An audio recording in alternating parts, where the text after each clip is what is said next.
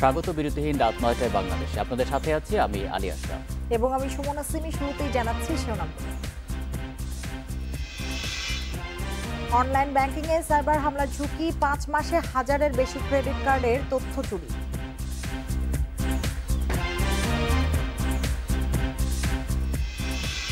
$23 লাখ টাকা সহ শাহজালাল বিমানবন্দরে আটক সার্ভেয়ার আতিকুর, জেলে পাঠানোর নির্দেশ।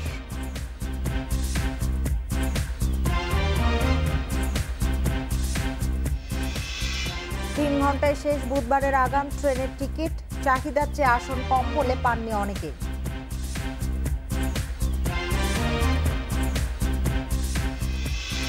সময়ের আগেই ঢাকার হাটে উঠেছে কোরবানির পশু, বাজার বোঝার চেষ্টায় ক্রেতা বিক্রেতারা।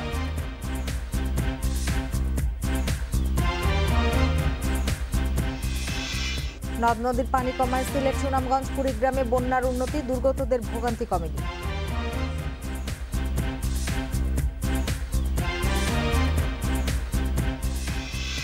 এতক্ষণ শিরোনামগুলো জানাচ্ছিলাম, এবার জানাবো পুরো খবর। অনলাইনে ব্যাংকিং কার্যক্রম বাড়ায় বেড়েছে সাইবার হামলা ঝুঁকিও। চলতি বছরের মে পর্যন্ত বিভিন্ন ব্যাংকের 1000-এর বেশি ক্রেডিট কার্ডের তথ্য চুরির ঘটনা ঘটেছে বলে জানিয়েছে computer incident response team CIRT। Cyber হামলা ঠেকাতে সিকিউরিটি সিস্টেম আপডেট রাখার উপর জোর দিচ্ছেন খাত সংশ্লিষ্টরা। কয়েক বছর আগে সাইবার হামলায় রিজার্ভ চুরির ঘটনা ঘটে কেন্দ্রীয় ব্যাংকে। দেশে ব্যাংক খাতে এটি একমাত্র সাইবার হামলা নয়, কয়েকটি বেসরকারি ব্যাংকের ATM বুথ থেকেও ঘটেছে অর্থ চুরির ঘটনা। বাংলাদেশ ইনস্টিটিউট অব ব্যাংক ম্যানেজমেন্টের গবেষণায় উঠে এসেছে দেশের 36% বেশি ব্যাংক সাইবার হামলার উচ্চ ঝুঁকিতে। গ্রাহকদের তথ্য চুরির জন্য প্রায় হামলা চালায় হ্যাকাররা। যারা এই সিকিউরিটি সিস্টেমগুলোকে ইনস্টল করে ফেলেছে অথবা পরিপালন করছে অথবা নিজেদের প্রোটেকশনের জন্য নিয়েছে নিজেদের সিস্টেমে, তাদের কিন্তু এই হ্যাকিং বলেন অথবা ফ্রডের শিকার হয়ে যাওয়া বলেন, সেটা হচ্ছে না আর কি। যত ইনভেস্টমেন্ট হবে প্রোটেকশনের ক্ষেত্রে অথবা সিকিউরিটি সিস্টেম ডেভেলপমেন্টের জন্য, তারা কিন্তু প্রোটেক্টেড থাকবে আর কি। সরকারের computer incident response team SART জানায়, চলতি বছরের মে পর্যন্ত 441টি সাইবার আক্রমণের বেশিরভাগই ছিল ব্যাংক ও আর্থিক প্রতিষ্ঠানগুলোতে। মোবাইল ব্যাংকিং বেড়ে যাওয়ায় বর্তমানে ব্যক্তিগত মোবাইলে আক্রমণ হচ্ছে বেশি। ব্যান্ডউইথে ম্যালওয়্যার পাঠিয়ে তথ্য চুরি করছে হ্যাকাররা। আমাদের যে ব্যান্ডউইথ টেলিকম থেকে আসতেছে বা মোবাইল থেকে আসতেছে, সেখানে বা অন্যান্য ম্যালওয়্যারগুলো রয়েছে, তো ওইখান থেকে যাদের মোবাইল আক্রান্ত হয়ে যাচ্ছে তাদের ওই ডেটা চুরি হচ্ছে এবং হ্যাকাররা সেটা পরে ডার্ক ওয়েবে অকশনে বিক্রি করছে। সাইবার হামলার বেশিরভাগই হচ্ছে দেশের বাইরে থেকে। সুরক্ষা পেতে মোবাইল ফোনে অ্যান্টিভাইরাস ব্যবহারের পরামর্শ দিচ্ছে SART। Irin Khatun, independent news, Dhaka. 23 lakh টাকা সহ গ্রেপ্তার সার্ভেয়ার আতিকুর রহমানকে কারাগারে পাঠানোর নির্দেশ দিয়েছে আদালত। দুপুরে তাকে চিফ জুডিশিয়াল ম্যাজিস্ট্রেট আসাদ উদ্দিনের আদালতে তোলা হলে শুনানি শেষে বিচারক কারাগারে পাঠানোর নির্দেশ দেন। শুক্রবার সকালে ঢাকায় হযরত শাহজালাল আন্তর্জাতিক বিমানবন্দরে নিরাপত্তা কর্মীরা ব্যাগ ভর্তি টাকা সহ কক্সবাজার জেলা প্রশাসনের ভূমি অধিগ্রহণ শাখার সার্ভেয়ার আতিকুর রহমানকে গ্রেপ্তার করেন। জিজ্ঞাসাবাদে এত টাকা বহনের বৈধ কোনো জবাব দিতে না পারায় তাকে কক্সবাজার জেলা প্রশাসনের কাছে হস্তান্তর করা হয়। আতিকের বিরুদ্ধে বিভাগীয় ব্যবস্থা নেওয়ার কথা জানান অতিরিক্ত জেলা প্রশাসক আমিন আল পারভেজ। পরে তাকে পুলিশের কাছে হস্তান্তর করা হয়। এই ঘটনায় তার বিরুদ্ধে মামলা হয়েছে। এর আগে আরও 3 সার্ভেয়ারের কাছ থেকে প্রায় 95 লাখ টাকা জব্দ করা হয়। তারা হলেন ওয়াসিম খান, ফরিদ উদ্দিন ও মোহাম্মদ ফেরদৌস খান। তারা গ্রেপ্তার হলেও এখন জামিনে মুক্ত।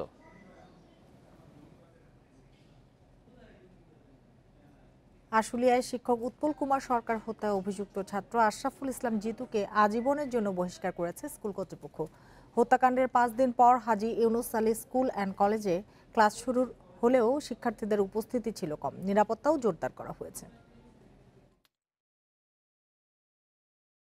গত 25 জুন 10ম শ্রেণীর ছাত্র আশরাফুল ইসলাম জিতুর স্ট্যাম্পের আঘাতে মৃত্যু হয় সাভারের আশুলিয়ার হাজী ইউনুস আলী স্কুল অ্যান্ড কলেজের শিক্ষক উৎপল কুমার সরকারের। এরপর থেকে বিক্ষোভে উত্তাল ছিল প্রতিষ্ঠানটির ক্যাম্পাস।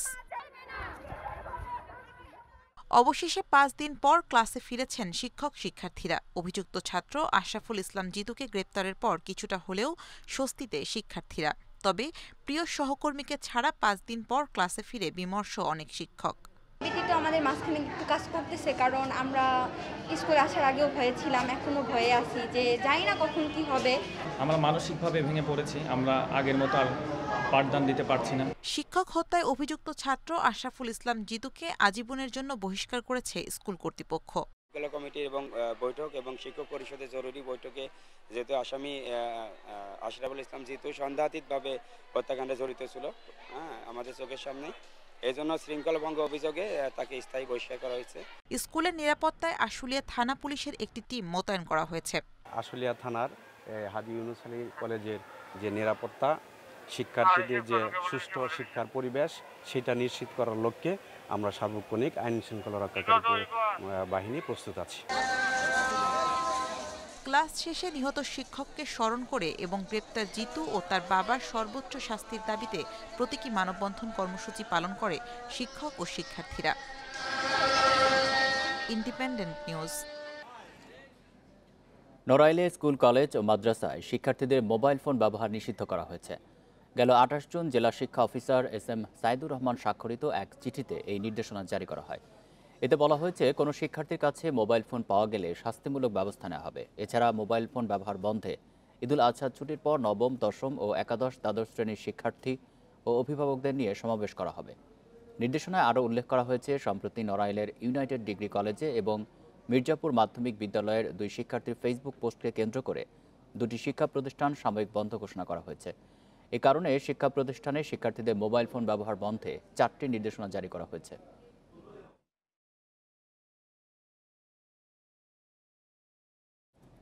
কমলাপুর রেল স্টেশনে মাত্র 3 ঘন্টায় শেষ 6 জুলাই ট্রেনের অগ্রিম টিকিট।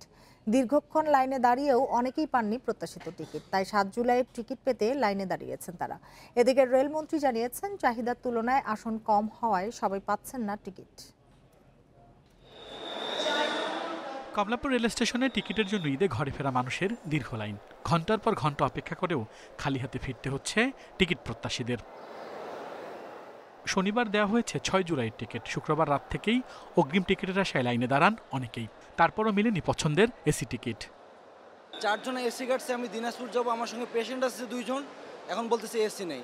তাহলে এসি সিটগুলো কোথায় যাচ্ছে? আর এখন তো সার্ভারে তো লগ ইন করা যাচ্ছে না। অবশেষে পাইলাম ভাই, বাট যদিও কষ্ট হয়েছে অনেক, তা আমার সঙ্গী ভাইরা পাবে কিনা সন্দেহ আছে।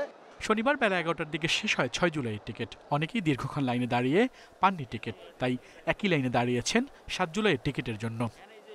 6 তারিখের টিকিট কাউন্টারের সামনে যেতে যেতে টিকিট শেষ, পরে এখন আমি 7 তারিখের টিকিটের অপেক্ষায়। 6 তারিখের টিকিট দেওয়া শেষ, ওই লাইনে এখনো ওই লোকগুলো এখনো দাঁড়ায় আছে 7 তারিখের টিকিটের জন্য।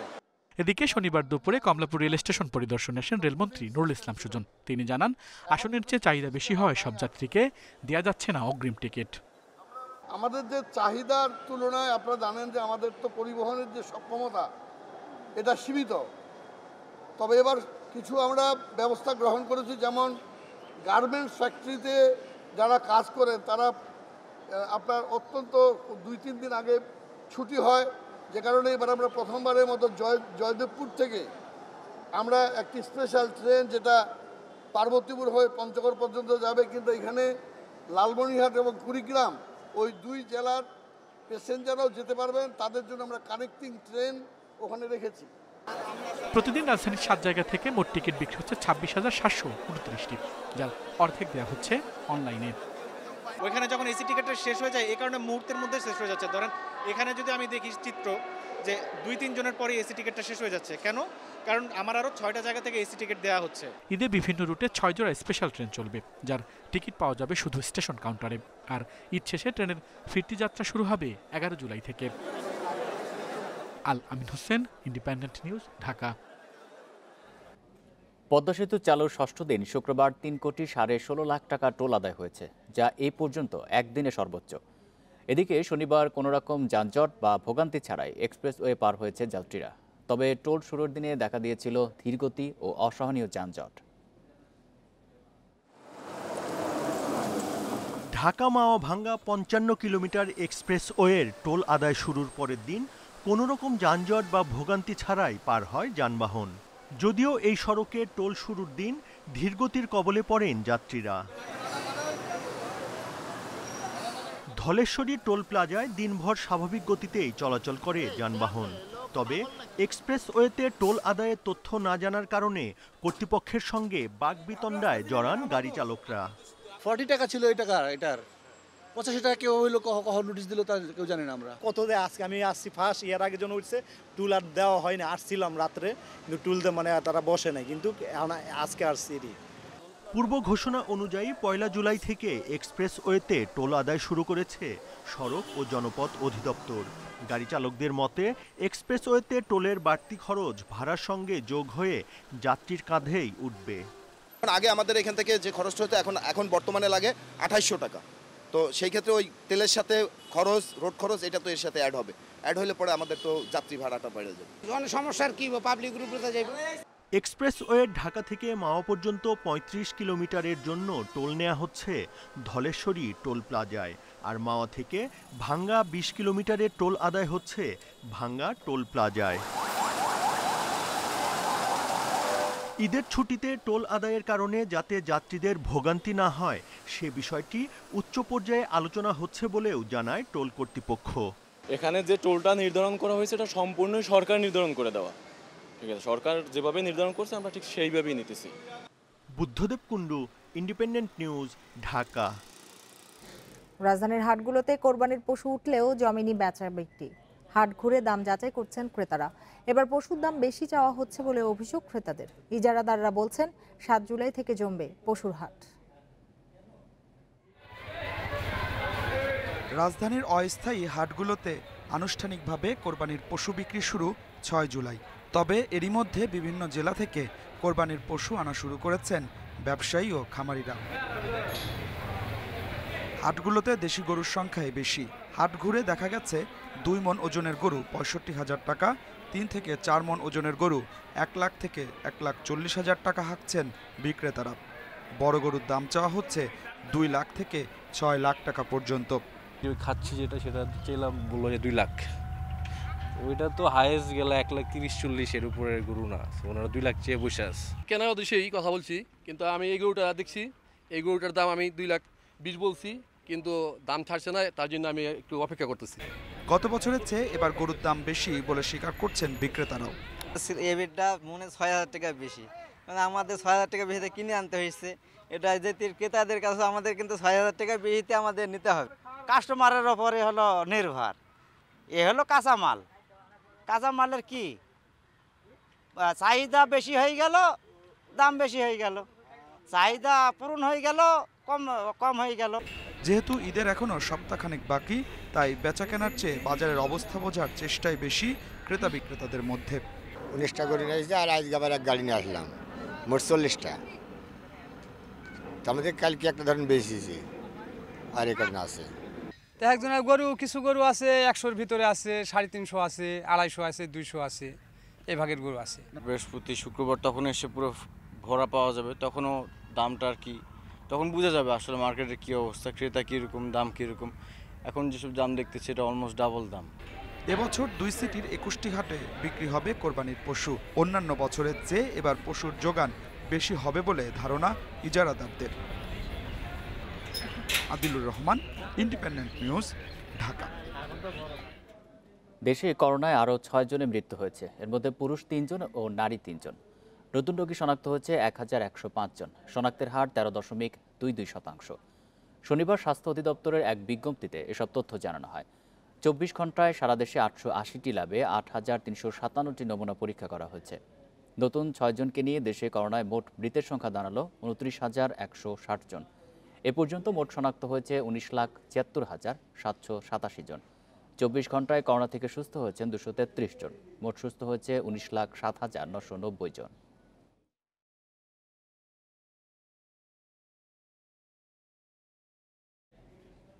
করোনা সংক্রমণের চতুর্থ ঢেউয়ের কবলে দেশ।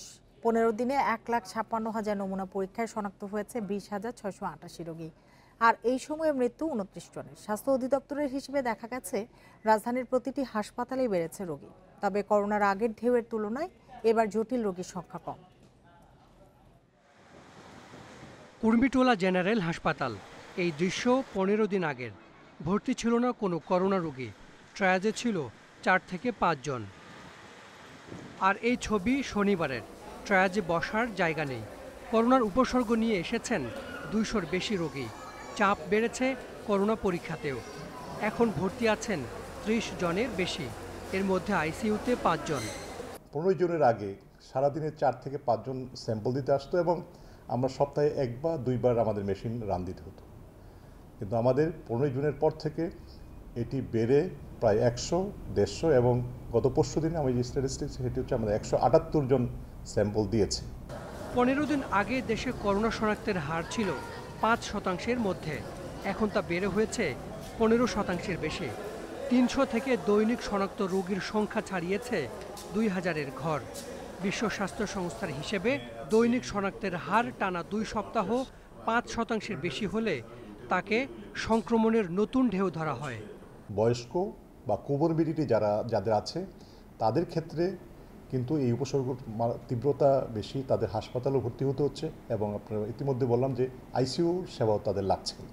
চিকিৎসকেরা বলছেন, চতুর্থ ঢেউয়ে করোনা আক্রান্তদের বেশিরভাগের উপসর্গ সর্দি, কাশি, জ্বর। তুলনামূলক জটিল রোগী কম, যাকে টিকার সুফল মনে করছেন বিশেষজ্ঞরা। নিজেদের স্বার্থে, দেশের স্বার্থে, অর্থনীতির স্বার্থে, শিক্ষার স্বার্থে আমাদেরকে সতর্ক আচরণ করা উচিত, স্বাস্থ্যবিধি শতভাগ মেনে চলা উচিত। তাহলে আমরা স্বাভাবিক প্রাত্যহিক কর্মকাণ্ড যেগুলো আমরা করছি, আমাদের শিক্ষা কার্যক্রম যেটি চলছে, সব কিছুই কিন্তু খুব ভালোভাবে চলবে। করোনার সঙ্গে বেড়েছে ডেঙ্গুর প্রকোপও।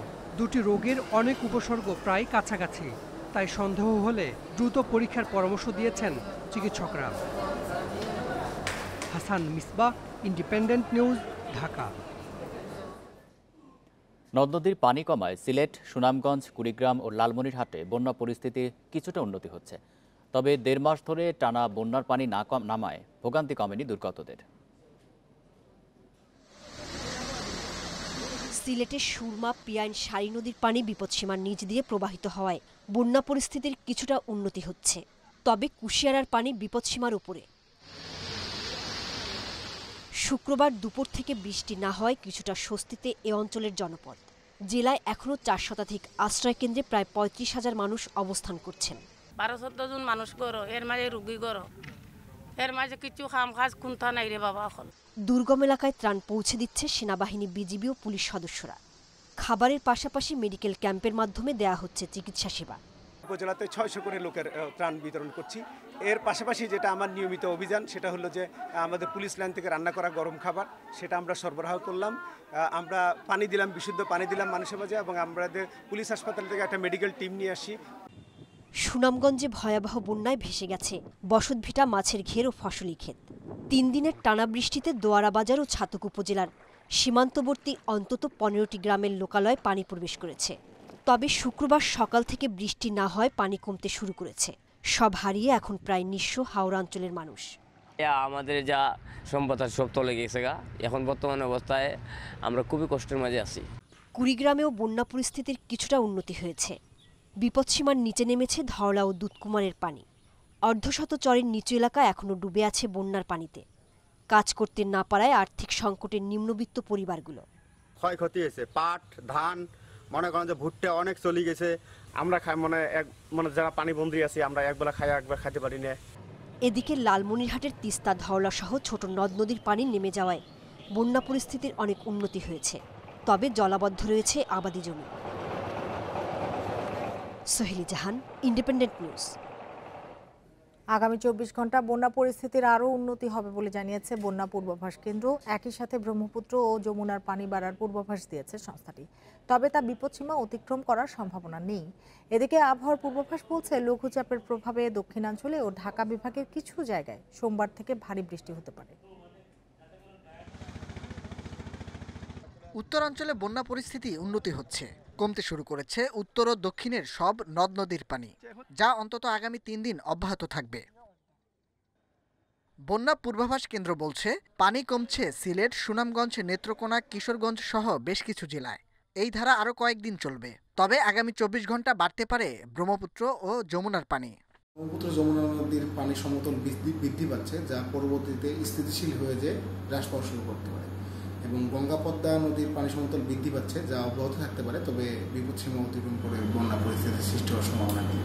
এদিকে আবহাওয়া পূর্বাভাস বলছে, এই সপ্তাহেই উত্তর বঙ্গোপসাগরে তৈরি হবে লঘুচাপ, যার প্রভাবে খুলনা, বরিশাল, চট্টগ্রাম ও ঢাকা বিভাগের বেশ কিছু জায়গায় ভারী বৃষ্টি হতে পারে।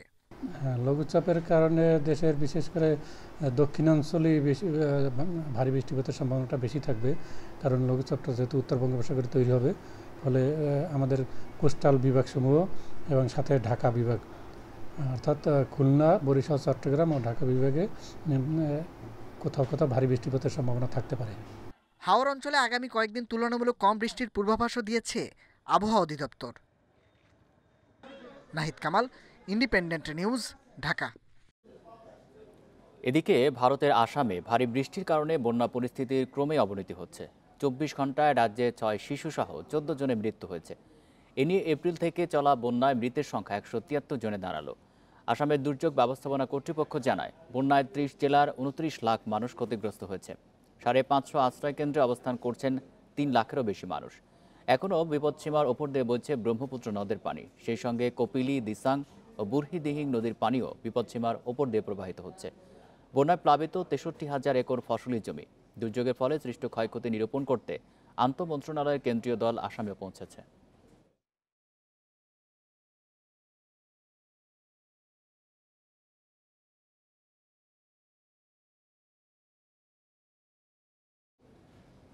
রাত 9টায় বাংলাদেশে এবার খেলার খবর।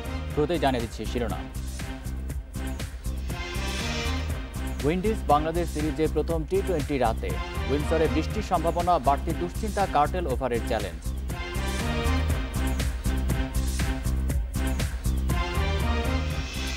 মোহামেডানের মাঠে হোঁচট খেয়েছে বসুন্ধরা কিংস, 6 জয়ের পর পয়েন্ট ভাগ করেছে চ্যাম্পিয়নরা।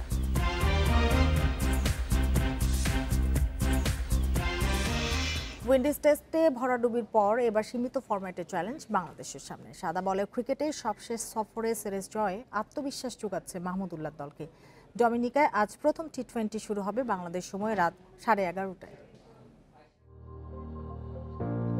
ক্যারিবীয় দ্বীপপুঞ্জে খারাপ সময়ের বৃত্তে বাংলাদেশ। টেস্টে বিধ্বস্ত হওয়ার পর সামনে টি-20 লড়াই। এই ফরম্যাটেও দুর্বল টাইগাররা, যা আরও কঠিন হলো ভ্রমণ ক্লান্তিতে।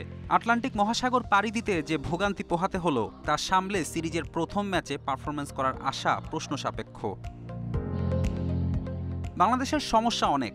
আত্মবিশ্বাসের কমতি, পাওয়ার হিটিংয়ে অদক্ষতার সঙ্গে আছে ফিল্ডিংয়ে দুর্বলতা। টি-20তে সাফল্যের খোঁজে ফেরানো হয়েছে মোসাদ্দেক, সোহান, মিরাজকে। বিপিএল ও ডিপিএলে পারফর্ম করে বিজয় জায়গা করে নিয়েছেন স্কোয়াডে। সাকিবের সিপিএল খেলার অভিজ্ঞতা এই কন্ডিশনে বিশেষভাবে কাজে লাগবে। বেশ কয়েকজন প্লেয়ার আছে যারা এখনো ইয়াং, ইনএক্সপিরিয়েন্সড, ওদেরকে সময়টা দিতে হবে যেন ওরা বিফোর ওয়ার্ল্ড কাপ প্রবলি আমরা আরও 10 থেকে 12টা ম্যাচ খেলবো। তো ওই অ্যাম্পল অফ অপরচুনিটি যদি ওরা পায় এবং ওরা যদি ইউজ করতে পারে, এটা টিমের জন্য বেটার হবে। Monim is still a newcomer in the team. Bijoy just আসলো আর কি অনেকদিন পরে। আমার মনে হয় যে ওদেরকে গুড এনাফ টাইম দিতে হবে। নিকোলাস পুরানের নেতৃত্বে তুলনামূলক অনভিজ্ঞ দল ক্যারিবীয়দের। পোলার্ড, রাসেল, হেটমেয়ারের অবর্তমানে মিডল অর্ডারের মূল ভরসা রবম্যান পাওয়েল ও পুরান। টেস্ট সিরিজ জয়ের নায়ক কাইল মেয়ার্স ক্যারিবীয়দের টি-20 পরিকল্পনারও বড় অংশ। ব্র্যান্ডন কিংয়ের সঙ্গে এই ছিল খেলার খবরে। এবার ভিন্ন একটি প্রসঙ্গ।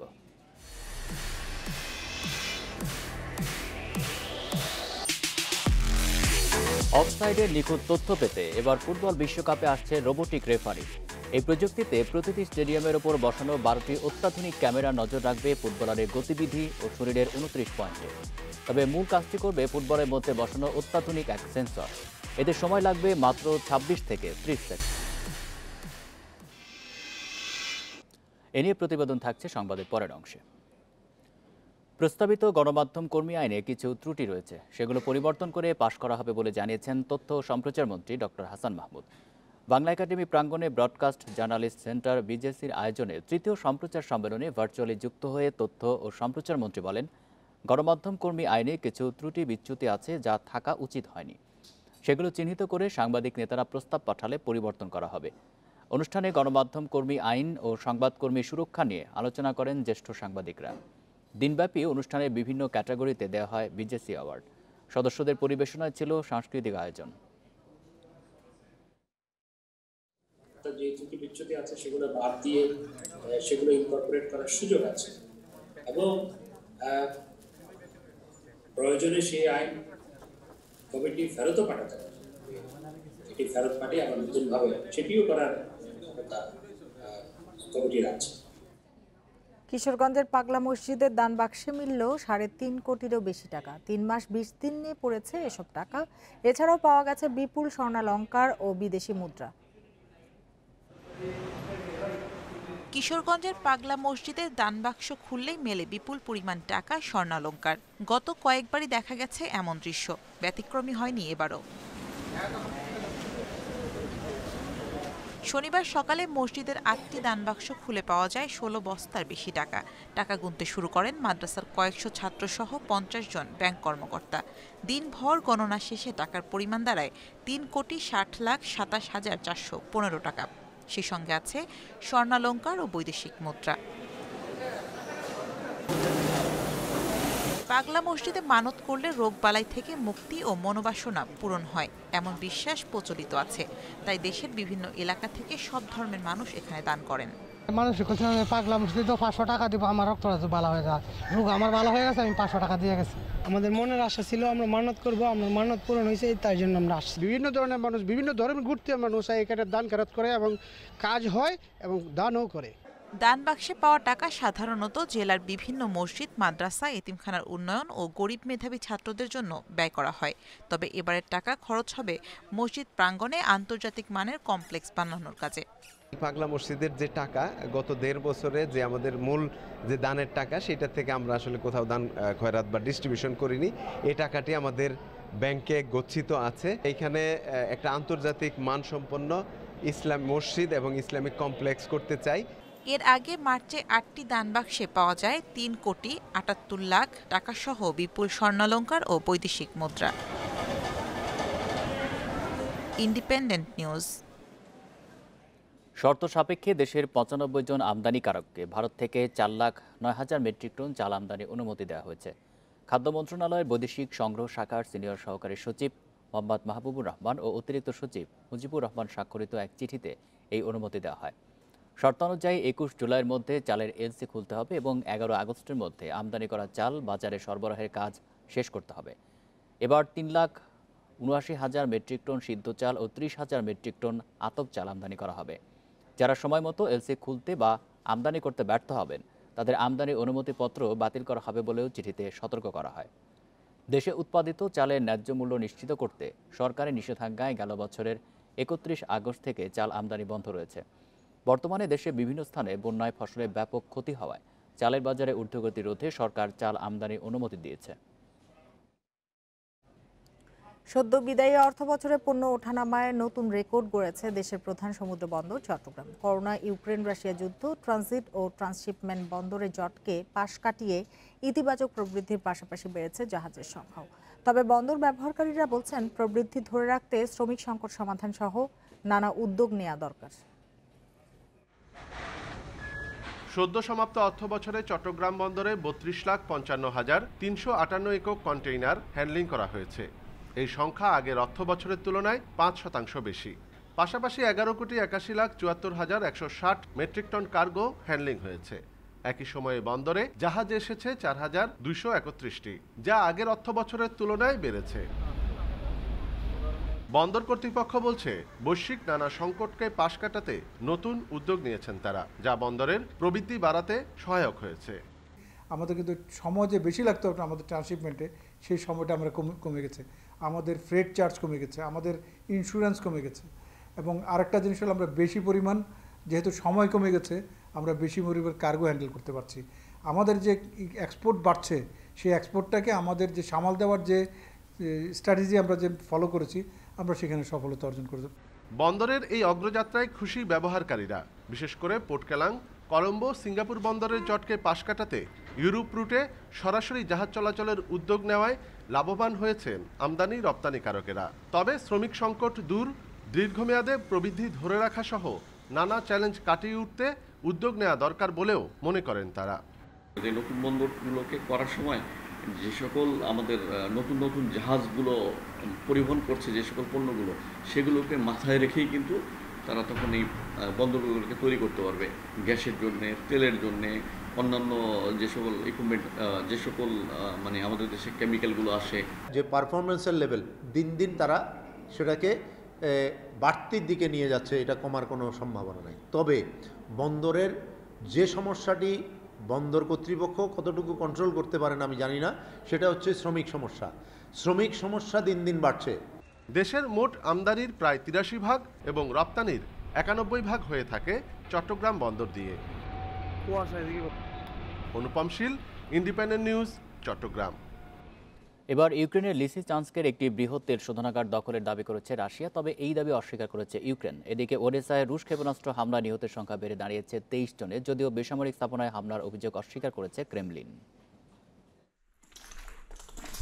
ইউক্রেনের লিসিচান্স্কে তীব্র লড়াইয়ের পর সেখানকার একটি বৃহৎ তেল শোধনাগার দখলের দাবি করেছে রাশিয়া, তবে ইউক্রেন এ দাবি অস্বীকার করে জানিয়েছে কারখানাটির আংশিক নিয়ন্ত্রণ নিতে পেরেছে মস্কো। এ পর্যন্ত শহরটি ৫০% এলাকার দখল নিয়েছে রুশ বাহিনী। এছাড়া রাশিয়ার বিরুদ্ধে কৃষ্ণ সাগরে অবস্থিত স্নেক আইল্যান্ডে ফসফরাস বোমা ফেলার অভিযোগ এনেছে কিয়েভ। স্নেক আইল্যান্ড থেকে রুশ সেনা প্রত্যাহারের একদিন পর দেশটির বিরুদ্ধে এই অভিযোগ করল ইউক্রেন। ইউক্রেনের বন্দর নগরী ওডেসাতে ক্ষেপণাস্ত্র হামলাকে যুদ্ধাপরাধ হিসেবে মন্তব্য করে রাশিয়াকে জবাবদিহির আওতায় আনতে হবে বলে জানিয়েছে জার্মান সরকার। অঞ্চলটিতে রুশ ক্ষেপণাস্ত্র হামলায় বেড়েছে হতাহতের সংখ্যা। এই পরিস্থিতিতে সেখানে জারি করা হয়েছে জরুরি পরিষেবা। তবে সেখানে বেসামরিক লক্ষ্যবস্তুতে ক্ষেপণাস্ত্র হামলার বিষয়টি অস্বীকার করেছেন ক্রেমলিনের মুখপাত্র দিমিত্রি পেসকভ।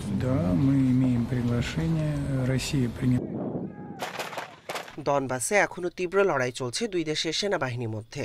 এতে ভেঙে পড়েছে সেখানকার স্বাভাবিক কার্যক্রম। হামলার মাত্রা বেড়েছে মাইকোলাইভ শহরেও। এদিকে রুশ গণমাধ্যম স্পুতনিক জানিয়েছে ইউক্রেনের হয়ে যুদ্ধ করার জন্য সিরিয়ার আইএস জঙ্গিদের নিয়োগ দিচ্ছে মার্কিন কেন্দ্রীয় গোয়েন্দা সংস্থা CIA।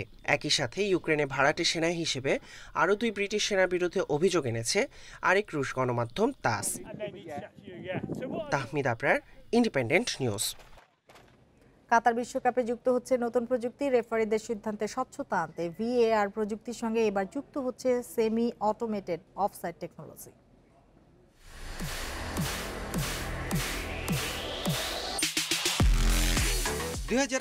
রাশিয়া বিশ্বকাপে VAR প্রযুক্তির সফল ব্যবহারের পর থেকেই আলোচনায় আসে রোবোটিক রেফারি ব্যবহারের ভাবনা। সেই গবেষণার ফসল আধা স্বয়ংক্রিয় অফসাইড প্রযুক্তি। এই প্রযুক্তি বিশ্বকাপে আনুষ্ঠানিক ব্যবহারের খবর ইতিমধ্যেই জানিয়ে দিয়েছে ফিফা। এ প্রযুক্তিকে বলা হচ্ছে VAR এর আধুনিক সংস্করণ। এর মূল উদ্দেশ্য অল্প সময়ের মধ্যে চূড়ান্ত ও সঠিক সিদ্ধান্ত গ্রহণ, যা কিনা খেলাকে করবে আরও গতিশীল ও উপভোগ্য। প্রতিটি স্টেডিয়ামের উপর 12টি অত্যাধুনিক ক্যামেরা বসানো থাকবে, যে ক্যামেরা ফুটবলারদের গতিবিধি ও শরীরের 29টি জায়গা নজরে রাখবে। আর মূল কাজটি করবে ফুটবলের ভেতরে বসানো অত্যাধুনিক এক সেন্সর। আর অফসাইডের সূক্ষ্ম সিদ্ধান্ত সাথে সাথে জানিয়ে দেবে সেমি অটোমেটেড অফসাইড প্রযুক্তি। আমাদের লক্ষ্য দ্রুত সঠিক সিদ্ধান্ত নেয়া, দর্শকদের সঠিক সিদ্ধান্ত পৌঁছে দেয়া। আর এই ছিল এখনকার সংবাদ। ধন্যবাদ সবাইকে।